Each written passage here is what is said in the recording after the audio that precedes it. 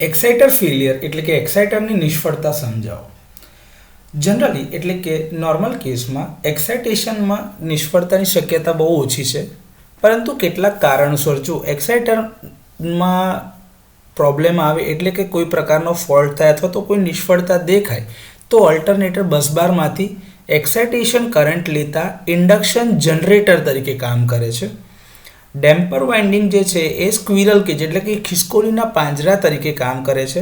Stator વાઇન્ડિંગમાં ઓવરહીટિંગના પરિણામે વધારે current જાય છે, એટલે કે સ્ટેટર વાઇન્ડિંગમાં વધારે કરંટ જોવા મળે છે. જો કે આ ઓવરહીટિંગ જે છે એ તાત્કાલિક કોઈ મોટા ફોલ્ટમાં પરિણમતું નથી.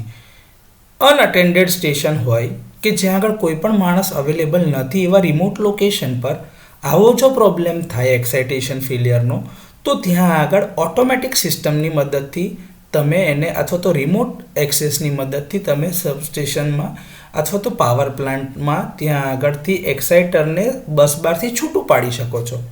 પરંતુ જ્યાં આગળ માણસો અવેલેબલ એટલે કે અટેન્ડેડ સબસ્ટેશન્સ હોય ત્યાં આગળ ઓલ્ટરનેટરને બસબારમાંથી મેન્યુઅલી અલગ કરવામાં આવે છે અથવા તો આ જ કંટ્રોલ સિસ્ટમનો ઉપયોગ કરીને પણ એને તમે છૂટું પાડી શકો છો. ઓલ્ટરનેટર એટલે કે એક્સાઇટેશનના નિષ્ફળતા જે છે એટલે કે ઉત્તેજના જે આ શબ્દ જે છે એ થોડો અટપટો લાગી શકે છે, પરંતુ એનું શુદ્ધ ગુજરાતી આ રીતે થતું હોય છે. પરંતુ આપણે એને યાદ રાખવાનું, એક્સાઇટેશન ફેલિયર એટલે કે એક્સાઇટેશન નિષ્ફળતા અંડર કરંટ રિલે દ્વારા અનુભવાય અથવા તો જાણી શકાય છે અથવા તો એને ખબર પડે છે. તો અંડર કરંટ રિલે આ એક્સાઇટેશન ફેલિયરને ડિટેક્ટ કરશે અને એનું સિગ્નલ જે મળશે એને એના દ્વારા એને એ બસબારથી છૂટું પાડશે.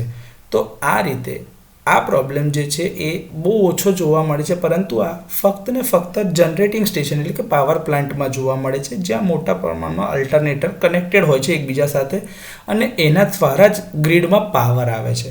તો આવો કોઈ પ્રોબ્લેમ થાય પાવર સ્ટેશનમાં તો કાં તો રિમોટલી, કાં તો મેન્યુઅલી, કાં તો બીજી કોઈ સિસ્ટમથી આપણે એને ઓલ્ટરનેટરને એક્સાઇટેશન ફેલિયરના કેસમાં બસબારથી છૂટું પાડી શકીએ છીએ.